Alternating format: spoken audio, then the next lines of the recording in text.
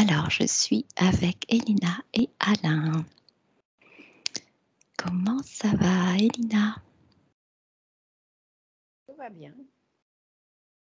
Est-ce que tu perçois quelque chose?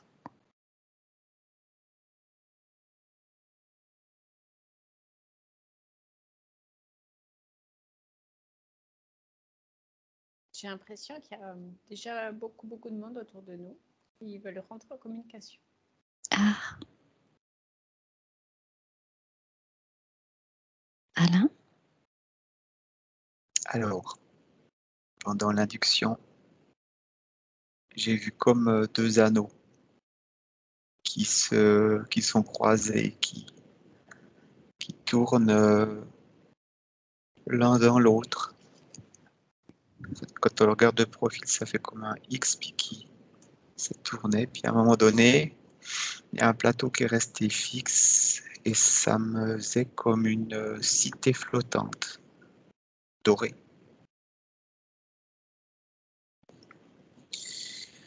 Et à la fin, quand tu as posé la question à Elina, je me suis retrouvé, j'ai l'impression que j'étais contre une falaise, je dirais plutôt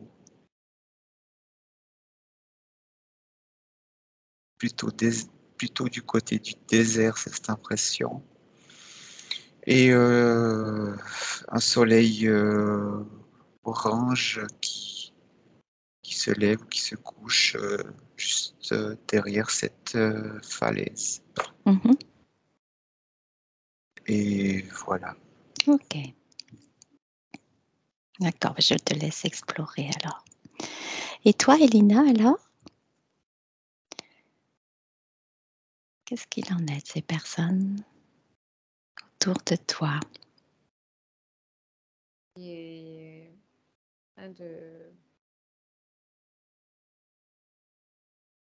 d'être multidimension, multi-étoile, univers. Il y a du monde. Ok. Alors, pourquoi sont-ils là? Ils ont envie de communiquer.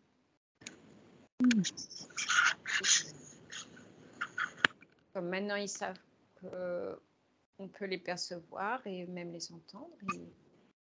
Ils ont hâte de se manifester et que ça Oui. communiquer avec nous.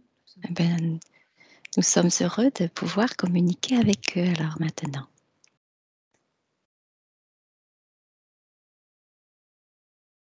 Comment peut-on les appeler?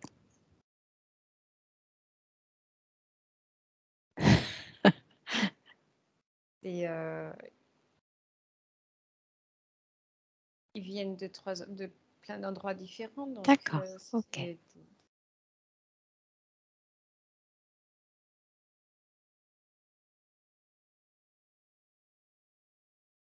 Alors, j'ai le mot galactique, mais j'aime pas ce mot-là, Ouais. donc je le bloque, mais c'est le mot que j'ai, voilà, on va dire les galactiques, les gens de l'univers. Ouais, d'accord. Comment qu'ils se présentent à toi? Tu les perçois de quelle manière?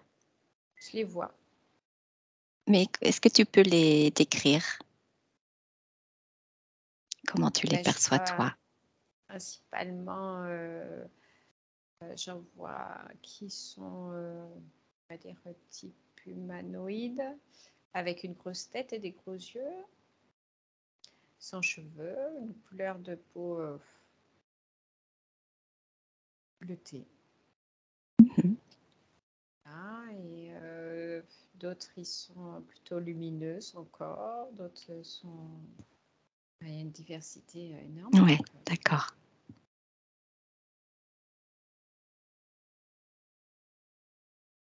Ils ont l'habitude de se présenter maintenant aux humains.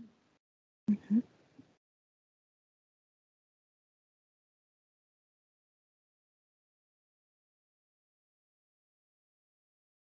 Alors, qu'est-ce qu'ils veulent nous dire?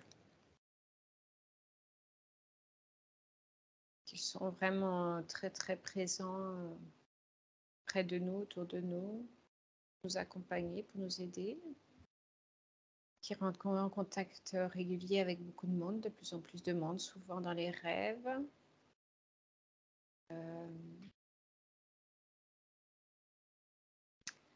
Que ça leur fait plaisir d'être enfin visible et entendu par rapport à toutes ces années où on ne parlait pas d'eux, où c'était plutôt des sujets qu'on évitait, on n'y croyait pas. Maintenant, c'est plus facile pour eux de se manifester, parce qu'on n'a plus peur d'eux.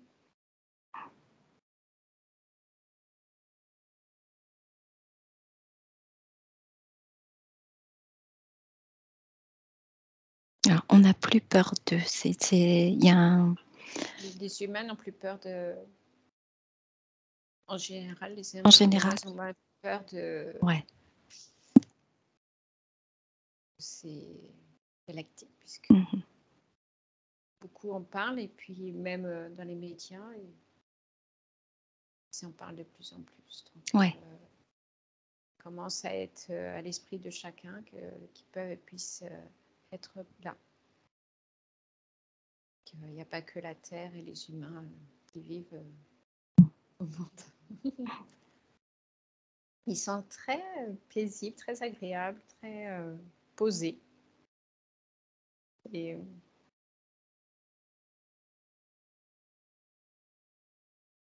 c'est agréable de les avoir autour de soi.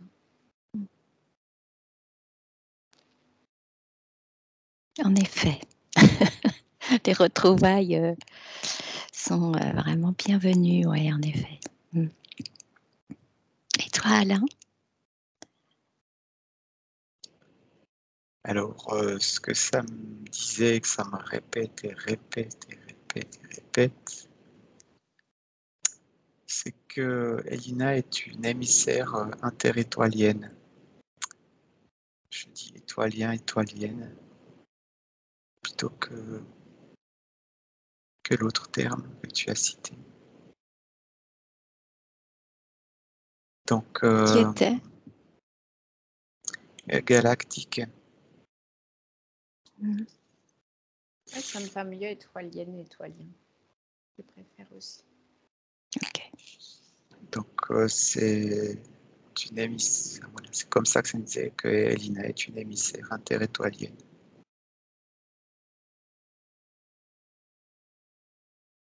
Et ça me répétait ça en boucle. Donc, voilà. Comment? C'est quoi émissaire? Voilà. Quoi, émissaire? Qu'est-ce que ça signifie, une émissaire interétoilienne? C'est le mot que ça me disait. Alors,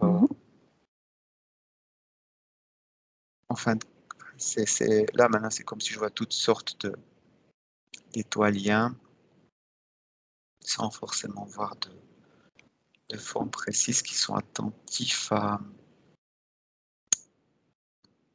autour de nous. Mais Mélina, ça veut dire que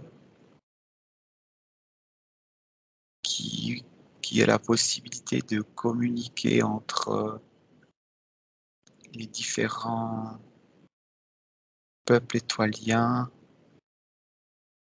donc y compris les terriens. Donc, c'est comme si elle a la possibilité de communiquer entre, dire comme ça, une espèce d'étoilien et une autre espèce d'étoilien pour, comme si ça fait un lien. C'est la compréhension globale de tous ces étoiliens réunis par cet émissaire qui est Elina. C'est comme si elle avait une vue d'ensemble de tous ces peuples étoiliens et qu'elle peut représenter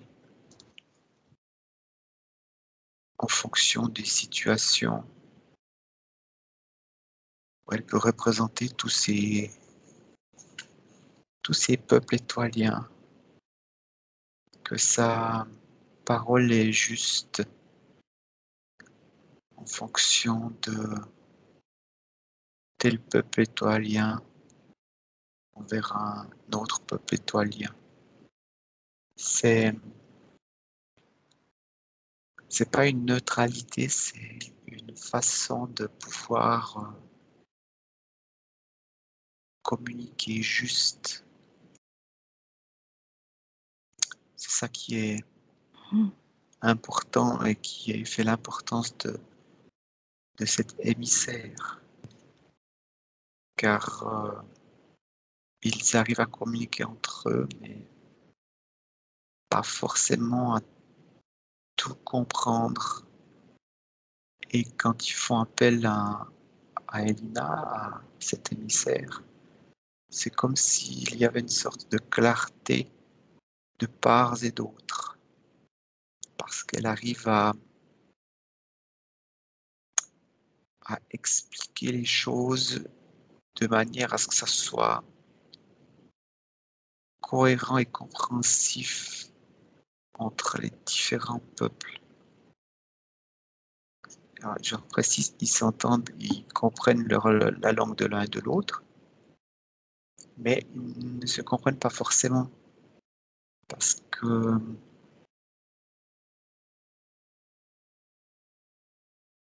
chaque... Oui, c'est ça, je vais expliquer autrement.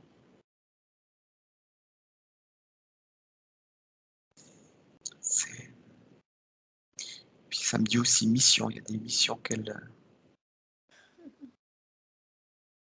est censée, ça me dit être, faire, pour démêler certaines situations qui sont devenues complexes avec le temps. Et là, ils ont, on va dire comme ça, trouvé quelqu'un qui pouvait faire office d'émissaire pour... en fin de compte, ça me dit sagesse, c'est une certaine sagesse qui est en Elina pour communiquer juste, avec les mots justes, et qu'il n'y a pas de parti pris. Alors c'est pour une certaine catégorie, mais quelque part, ça me donne sur la catégorie d'étoiliens, ça me dit quelque part qu'il y a quelque chose encore de... C'est comme la partie visible de l'iceberg, qui est cet émissaria qu'elle incarne, mais qui a beaucoup plus, c'est que ils le savent, qu'il y a beaucoup plus que d'être émissaire. C'est cette sagesse qui est respectée dans tout l'univers.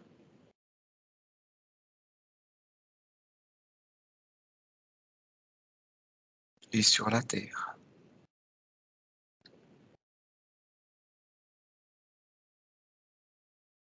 Elina? Oui, je me souviens que j'ai eu plusieurs fois un rêve et dans ma conscience que je faisais des missions dans l'univers et que je rencontrais des sortes de comités étoiliens. Ils étaient de plusieurs étoiles différentes, et en fait, ils se comprennent pas parce qu'ils vibrent pas sur les mêmes fréquences énergétiques, les mêmes énergies, le même taux vibratoire, et donc ils se comprennent pas toujours. Et c'est comme si j'étais un fusible au milieu et que j'aidais à ce que les énergies se rencontrent et qu'ils se comprennent. J'ai eu beaucoup aussi des missions de va-et-vient entre la Terre et leurs différents conseils pour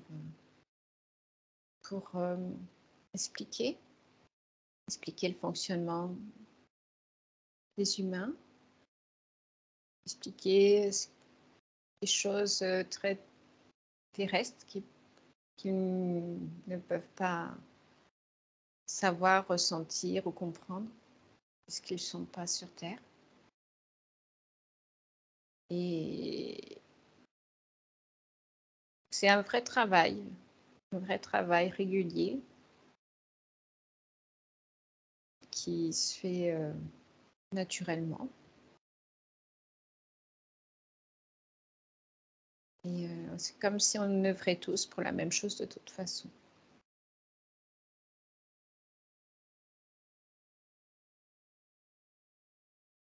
Alors plutôt que le mot fusible, ce qui m'est venu, c'est le mot pont. C'est un pont entre les différents étoiliens, non un fusible. Je sais plus. C'est plus juste au niveau du mot. Le pont, il relie les peuples. En fin de compte, c'est ça, c'est relier, unir tout le vivant, en l'occurrence les étoiliens. Donc nous faisons partie des étoiliens.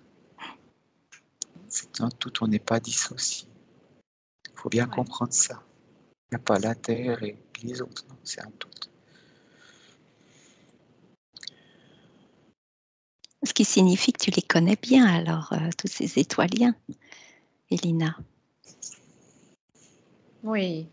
Particulièrement, oui. Oui. Je les connais, je les reconnais. Ils sont familiers. Alors, qu'est-ce que tu peux nous dire à leur sujet pour nous ouvrir encore plus à ce qu'ils sont?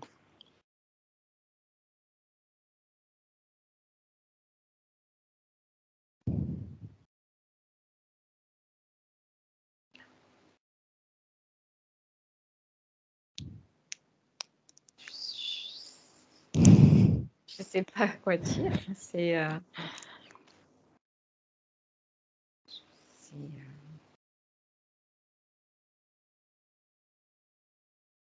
Ils sont tellement différents les uns des autres.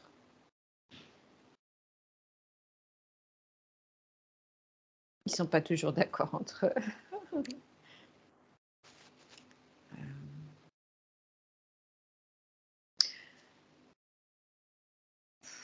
Je sais pas. Après, alors, je sais pas. Et en plus, ils ne veulent pas que je dise des choses. De toute façon, c'est petit à petit que les choses se dévoilent et c'est un peu ces conseils de travail, c'est assez secret, assez fermé comme cercle. C'est ce que je vois, c'est surtout ceux qui dirigent les missions, qui dirigent les choses. Donc,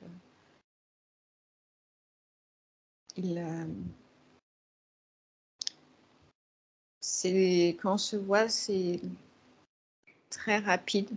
Il y a peu de mots. C'est quelques échanges rapides, mais très, très précis. Donc, je les vois.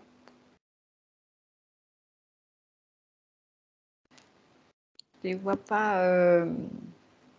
Oui, on va dire.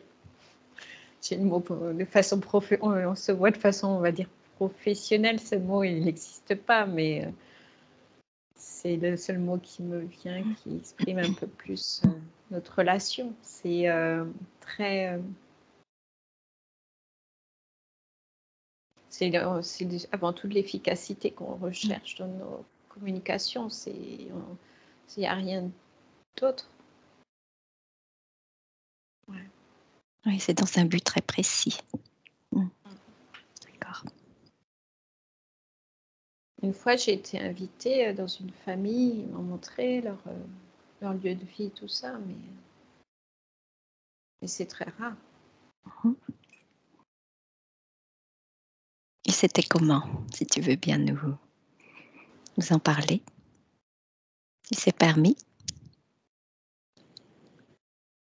C'était tellement différent de tout ce qu'on peut connaître que c'est difficile de traduire.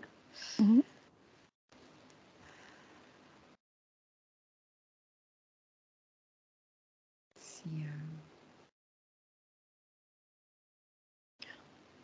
Non, j'ai la vision, mais il n'y a rien de...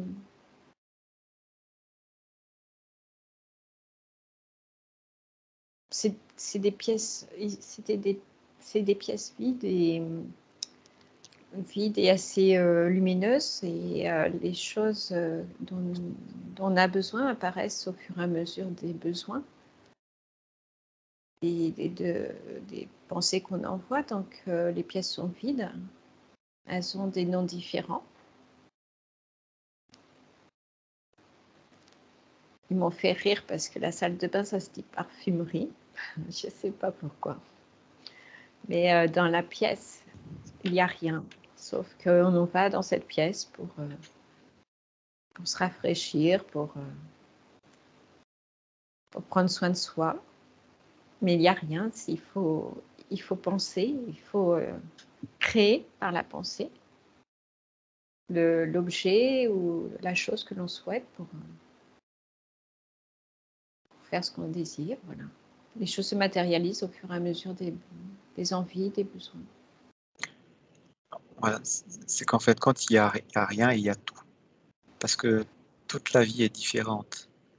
Et donc, c'est vide, mais c'est plein dans le sens que, si je donne un exemple, si moi je vais dans la salle de bain, dans la parfumerie, ben moi je désirerais avoir une salle de bain comme ci, puis comme ça, de cette couleur, de cette couleur. Et puis après, ben, il y a Elina qui va, puis elle dit non, ben moi je veux une salle de bain qui soit comme ci, puis comme ci, puis comme ça. Donc du coup, la pensée est créative. Et puis tu crées ton lieu instantanément comme tu le désires. Les lieux de vie. Alors il y a tout et il n'y a rien. Et où les gens se réunissent, là, c'est une perception globale qui unit la créativité de chacun.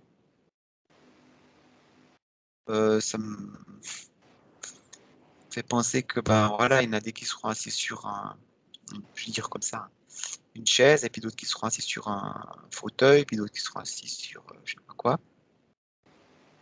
Mais tout compte fait,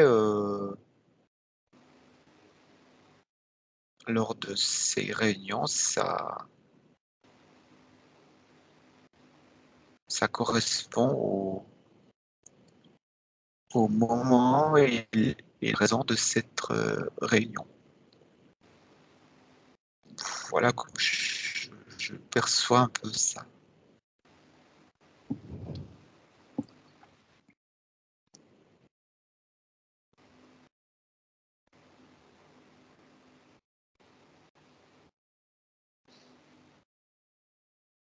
Elina,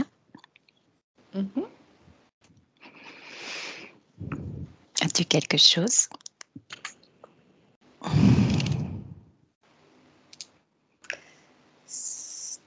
Tout ça reste encore reste à dévoiler au fur et à mesure. Ils veulent pas qu'on aille trop vite. Ils ont peur qu'on brûle les étapes. Parce qu'il faut se concentrer sur autre chose que sur eux. On a d'autres choses à faire que d'avoir les regards sur eux. Ils sont là pour nous accompagner, pour œuvrer avec nous, mais nous, on a beaucoup, beaucoup de choses à faire sur Terre et sur nous-mêmes avant tout. Donc, C'est-à-dire d'arrêter ce que... intégrer les fréquences qu'on nous envoie, qui sont très, très puissantes. Les intégrer au mieux et nous-mêmes nous transformer.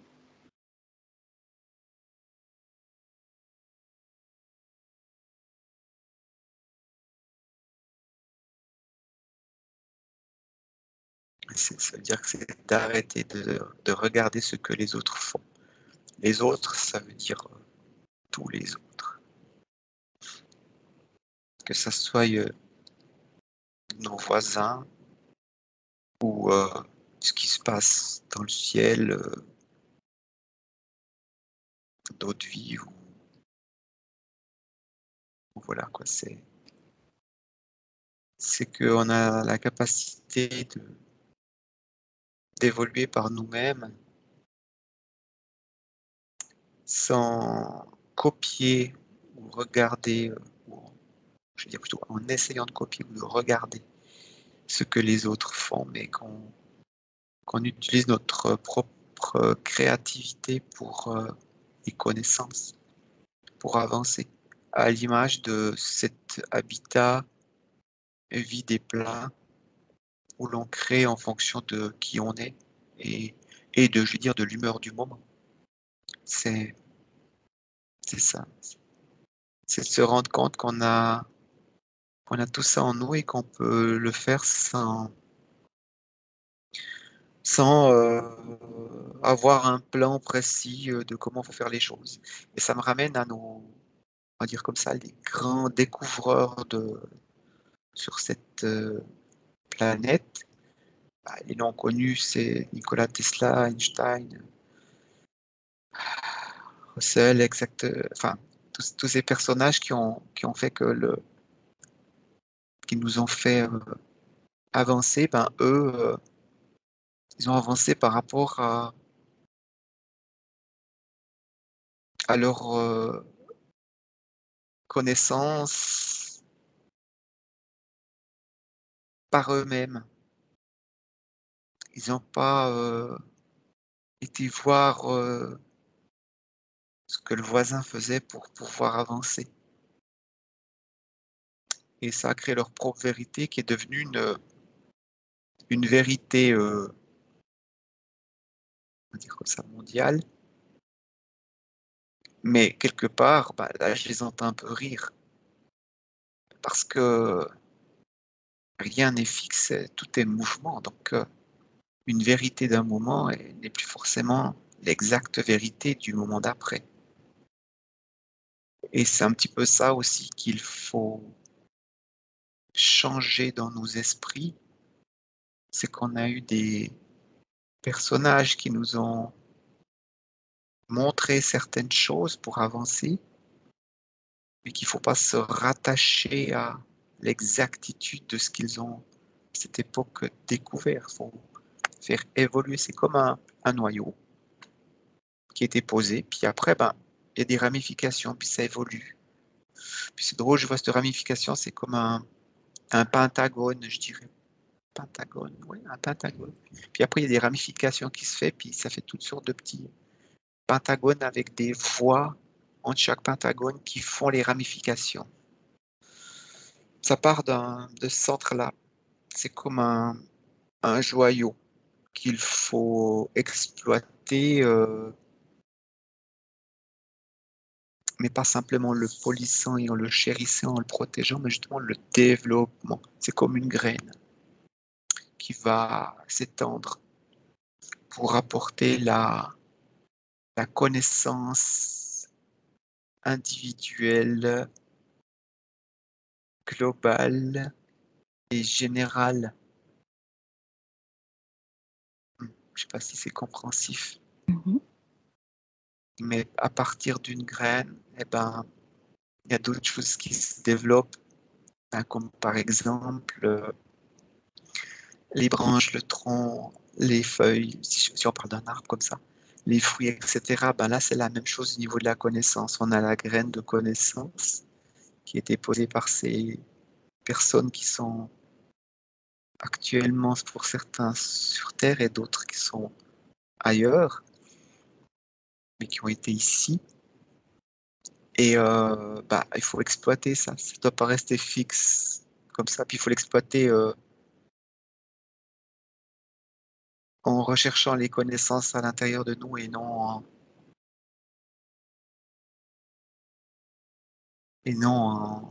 à l'extérieur. C'est cette reconnexion à la connaissance que l'on a tous à notre niveau pour développer chacun quelque chose. Et par rapport à nous-mêmes, on a des choses à développer pour nous-mêmes. Tout le monde a développé des choses pour nous-mêmes, mais à un moment donné, ça rayonne sur les autres.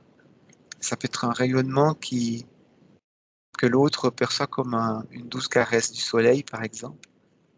Mais ça peut être aussi, ah ouais, ça c'est le truc, pour dire, ce qui fait qu'après, bah, ça donne une branche, comment expliquer ça, commune à tous pour avancer dans un sens.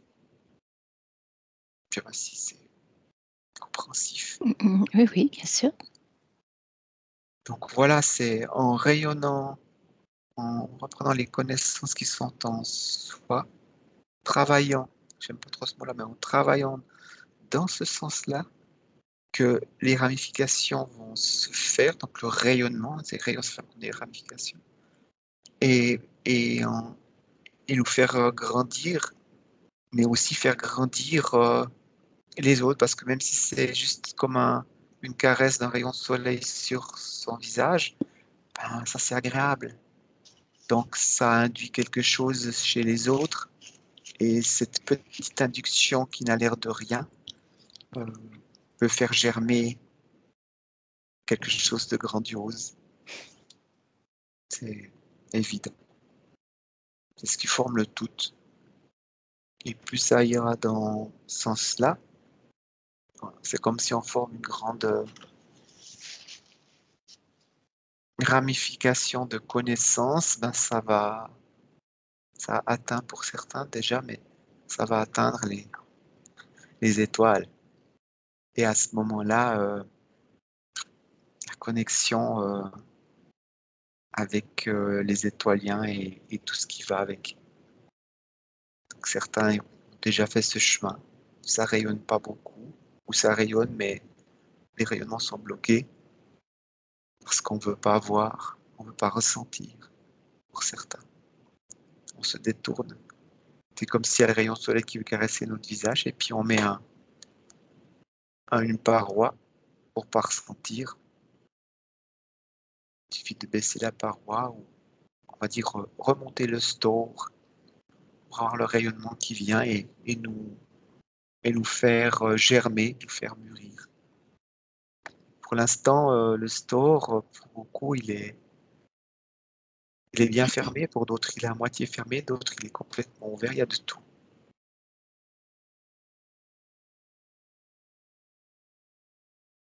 Voilà, c'est un peu...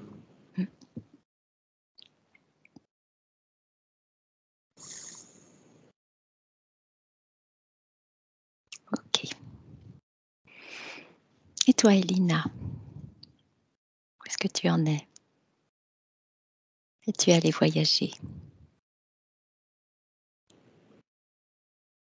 Je suis dans un endroit où le ciel est bleu.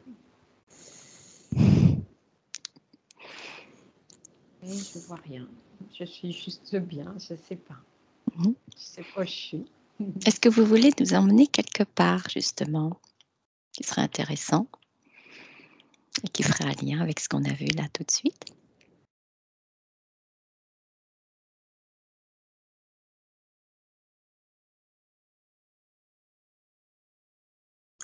Elina, je pense que je vais venir vers toi. Puis à ce moment-là, je pense que tu sauras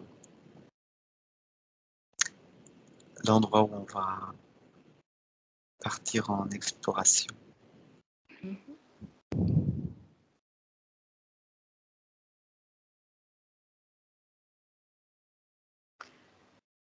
En fait, je suis dans les airs,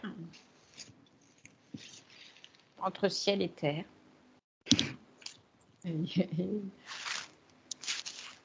Et je vois rien de spécial. C'est comme si je flotte au-dessus de la terre et que je sens les rayons du soleil et je suis bien là.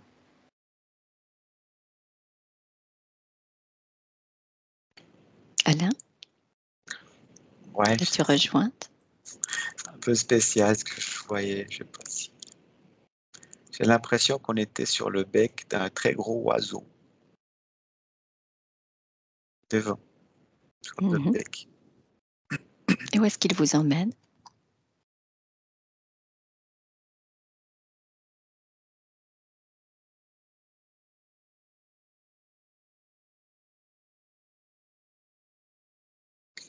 Vers la cité des...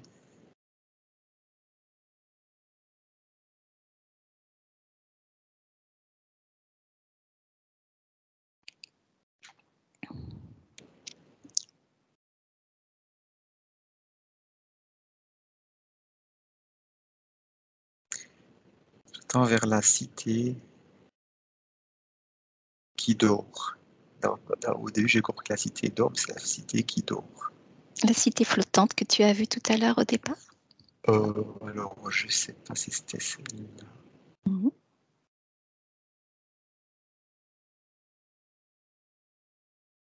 Ça me dit que oui. Mhm. Alors,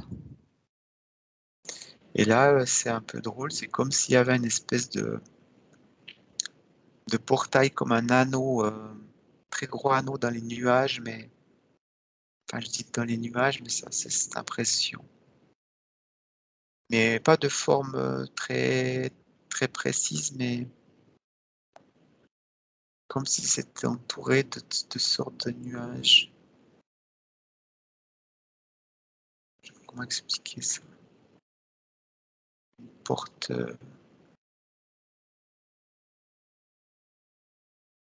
vers un monde...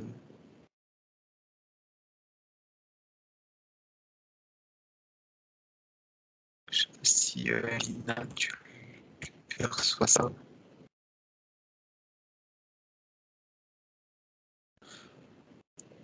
Je vois la Moi, porte. je suis au-dessus des chutes du Niagara. Je sais pas pourquoi.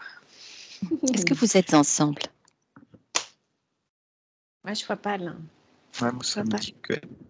dit que non. Mhm. Est-ce qu'il serait intéressant qu'Elina, tu rejoignes Alain devant cette cité flottante, dorée? Ah, je vois pas la cité, c'est un portail. Hein, Ouais, Après, ouais. je sais pas ce qu'il y a derrière. Alors justement, pourquoi est-ce qu'on te voit ça?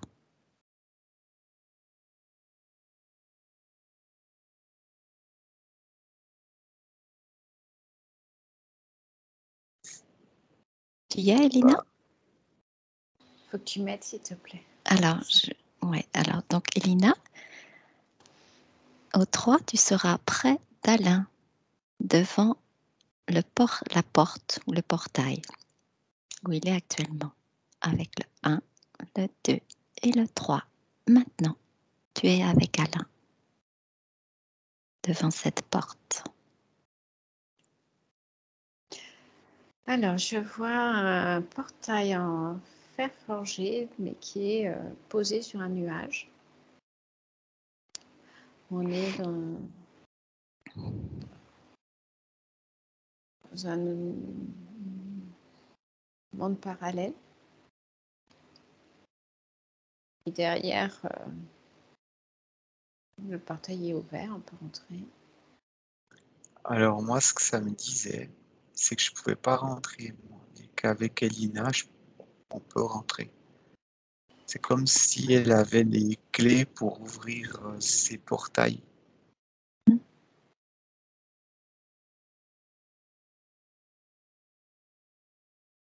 Et pourquoi pouvez-vous y aller maintenant? Enfin, pour quelle raison? Parce qu'elle a les clés, Oui. moi pas. Alors, qu'est-ce qu'il y a derrière cette... Enfin, qu'est-ce qu'il y a à voir ou à comprendre derrière cette porte? Elina?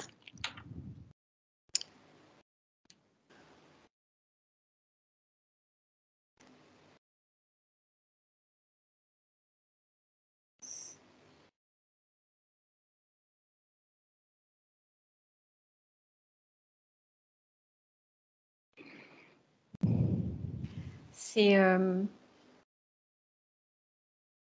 très silencieux.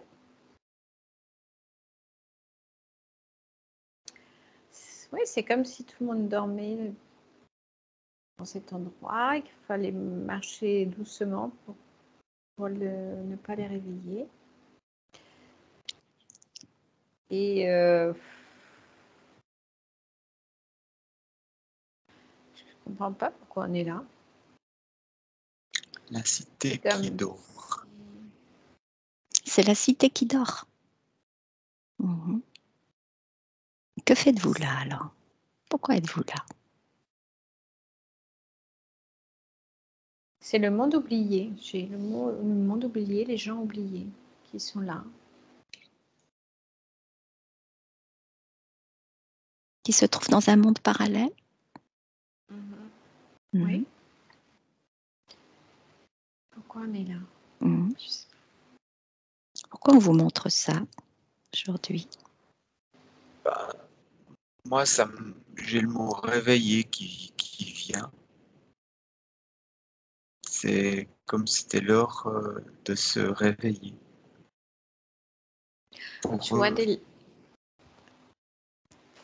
Je vois des liens en fait entre ces personnes endormies dans ce monde parallèle et il y a un faisceau comme un fil avec des gens qui sont sur la Terre. C'est comme si en fait les personnes sur la Terre qui sont reliées à ces êtres endormis, c'est comme si c'était leur conscience ou leur âme qui était endormie. Voilà. Et que comme ils ne sont pas réveillés sur Terre, nous a envoyés là, dans cet endroit pour essayer de réveiller leur âme. Recréer le lien entre ces personnes terrestres et leur âme qui dort, qui est où. Alors, c'est pas l'âme qui dort, c'est un intermédiaire. Il y a l'âme qui est au-dessus encore. Il y a l'âme qui est au-dessus, qui est bien réveillée, enfin, qui est normale, quoi. Mhm. Et elle est connectée à l'être qui est dans ce monde parallèle qui dort très profondément, comme s'il y avait un sortilège qui les avait endormis. Un enchantement.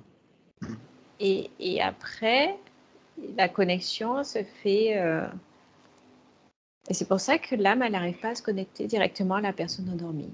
C'est voilà, une étape parallèle, intermédiaire entre les deux, entre l'âme et la personne terrestre. Et il faut qu'on intervienne sur ce monde endormi pour aider à reconnecter les deux, en fait. Mhm. Comment peut-on faire pour les réveiller? Comment peut-on faire? Est-ce qu'on doit le faire? En sonnant la Est-ce qu'on doit le cloche. faire? Moi, j'ai entendu en sonnant la cloche. Mais voilà. Quelle cloche? Est-ce qu'on doit le faire alors, Elina? Est-ce que c'est le moment? Non, ce serait trop brutal. Mhm. Si on faisait le réveil nous-mêmes à ce niveau-là, ça couperait la connexion définitivement entre l'âme et l'être humain. Il faut plutôt voir ce qui provoque ce passage, ce monde intermédiaire et qui enferme les gens dans ce monde intermédiaire.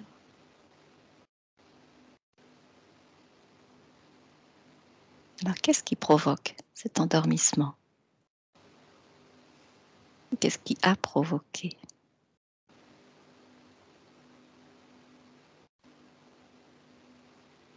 Alain? Eh ben, ça me dit une très grande fatigue.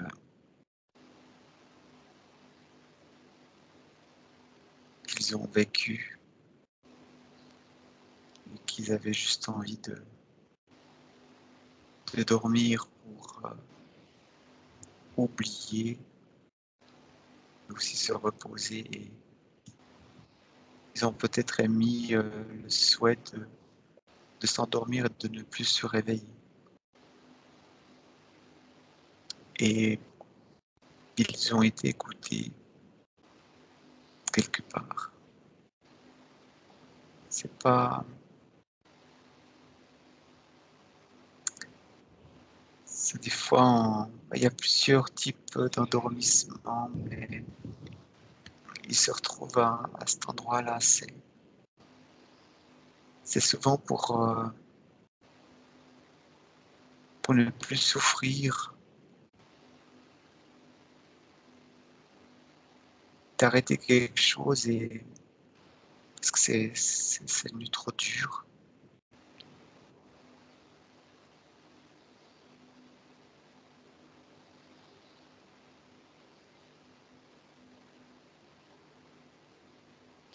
Et parfois aussi... Elina? C'est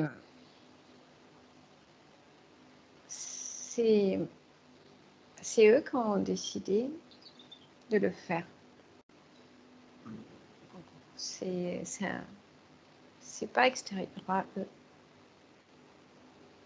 C'est une décision qu'ils ont choisie. Oui, soit pour se protéger eux,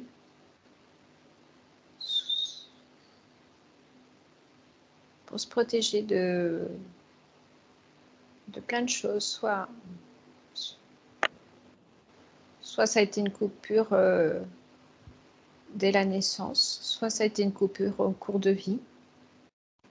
Il y a différentes raisons.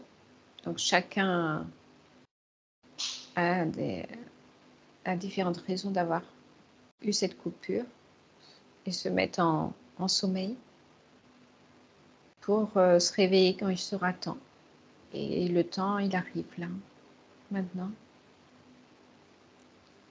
C'est pour ça que les portes se sont ouvertes, mais c'est pas nous qui devons intervenir de toute façon. C'est juste pour nous montrer, pour nous expliquer pourquoi il y a des personnes qui s'éveillent et d'autres pas encore. Il faut le respecter. C'est pas à nous de réveiller les gens.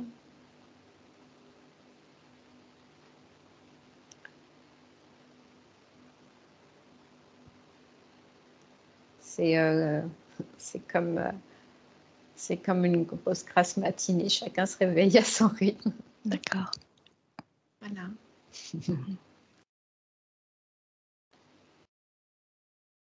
Et pourquoi est-ce que c'est le moment maintenant? Est-ce qu'il est demandé à chacun de se reconnecter à son âme?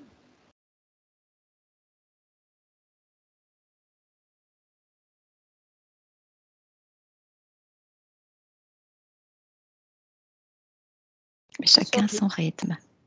Chacun à son rythme, mais la demande est de plus en plus pressante. Pourquoi? Il faut se préparer. Il faut se préparer à notre transformation globale.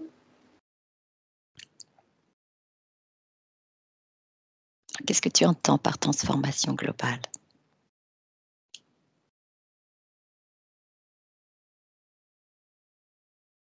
C'est comme si on grandissait tous,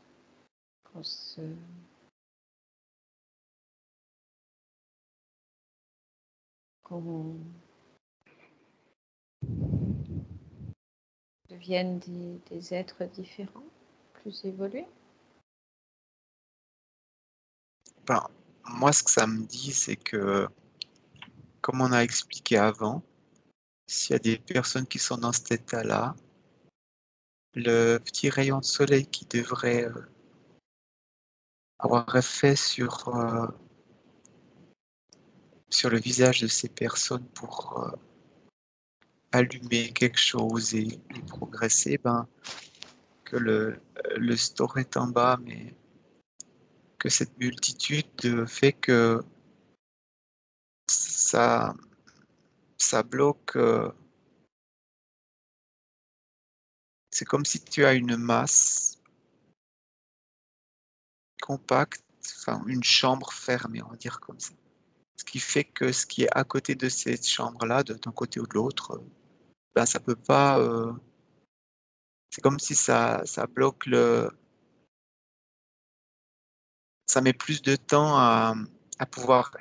Si par exemple j'ai une lumière ici, puis qu'ici ben, il y a quelque chose qui bloque cette lumière, ben, il faudra toujours une lumière plus forte pour pouvoir passer autour de cet endroit qui bloque pour atteindre ce qui est sur les côtés. Je ne sais pas si je m'exprime comme il faut là. Si, Alain, tu peux poursuivre. Et donc, c'est important maintenant que ces gens qui sont endormis se réveillent pour pouvoir justement donner cette fluidité et cette accélération un guillemets, prise de conscience pour rayonner à leur tour sur tous les autres. Et plus rapide, ouais, c'est plus rapide, ça viendrait plus rapidement. Et ils ont leur part à jouer. Il y a quelque chose, on dit que tout le monde est important. Il y a cette importance-là à l'heure actuelle pour devenir ce pourquoi on est venu tous ensemble. Ouais, voilà, c'est comme si tu arrives avec je vais dire, un gros transporteur où il y a plein de monde pour faire un voyage et découvrir et apprendre, et puis qu'il y en a des qui sont restés, je veux dire, dans l'avion ou dans le bus. Et puis pourtant, dans l'avion, tout le monde causait tout le monde causait avec tout le monde partageait avec tout le monde était content de venir à destination. Tout le monde avait son truc à faire, tous un peu différents, d'autres par groupe, d'autres tout seuls, d'autres, etc. Et puis certains sont restés dans cet avion, ils sont restés endormis, et ben, on peut pas, ils peuvent eux-mêmes pas avancer dans la direction qui a été choisie, mais en même temps, ça empêche d'autres à avancer comme ils devraient avancer parce qu'il y avait quelque chose qui devait se faire avec eux. De toute façon, à la fin, c'est tout le monde, c'est pas que des petits groupes ou individuels, c'est que ça touche tout le monde. Mais voilà, c'est un petit peu ça que je peux dire comme exemple. D'accord.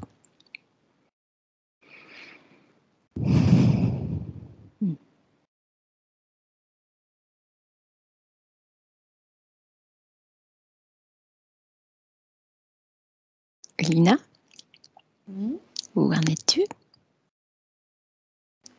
On m'a demandé d'intervenir sur des personnes endormies et je mets ma main sur leur front. très doucement et ça les active doucement. Alors pour On m'a dit réveil massif à venir. Alors pour moi, c'est cette histoire de cloche, je dirais plutôt clochette qu'on peut... Pas une cloche qui sonne fort, une clochette qu'on fait teinter. Et c'est comme si on se trouve dans une grande maison et puis que on sonne à la porte, mais il n'y a pas forcément tout le monde qui entend ce son. C'est les premiers concernés qui vont dire ah, il y a quelqu'un qui sonne à la porte en tintant cette clochette. C'est pas un bruit qui surprend, c'est un tintement. Et, et les personnes qui seront je veux dire, le moins endormies, le plus proche de cette clochette, vont se réveiller et, et peut-être même à aider les autres à se réveiller parce qu'ils sont dans le même endroit. C'est comme certaines personnes qui dorment dans la même chambre. Et il y a peut-être une personne qui va se réveiller avant et ah mais j'ai envie de jouer avec elle ou avec lui alors je vais le réveiller gentiment. Voilà, un peu l'explication que j'ai de la cloche, sonner la cloche. C'est pas la grosse cloche de clocher qui... En douceur. Voilà, Mm. toujours. Un petit tintement.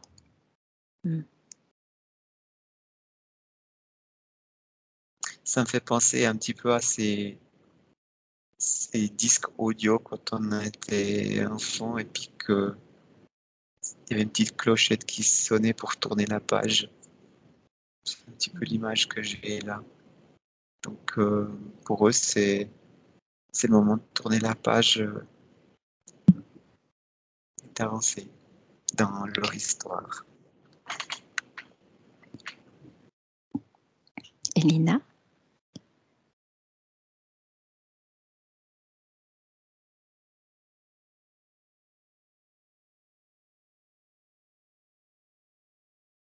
On a fait le tour. Oui. Ce qui devait Être... on devait voir. D'accord. En fin de compte, c'est un travail de collaboration. Moi, je teinte la cloche, puis Elina va vers les gens, quoi.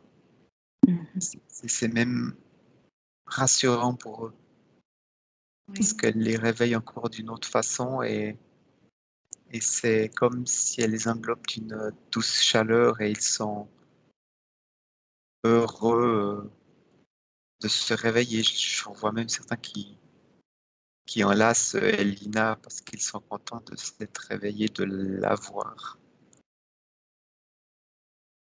C'est assez drôle, c'est comme si moi je marche dans la rue, puis je fais aller ma petite clochette, puis Elina elle passe d'un côté d'un endroit à un autre en fonction de ce qui doit être, ce qui est censé être fait à ce moment. C'est vraiment un travail d'équipe. Voilà, je me vois comme un petit garçon. Et puis Elina plutôt comme une maman, quoi, grosso modo. Je vois Elina qui sourit.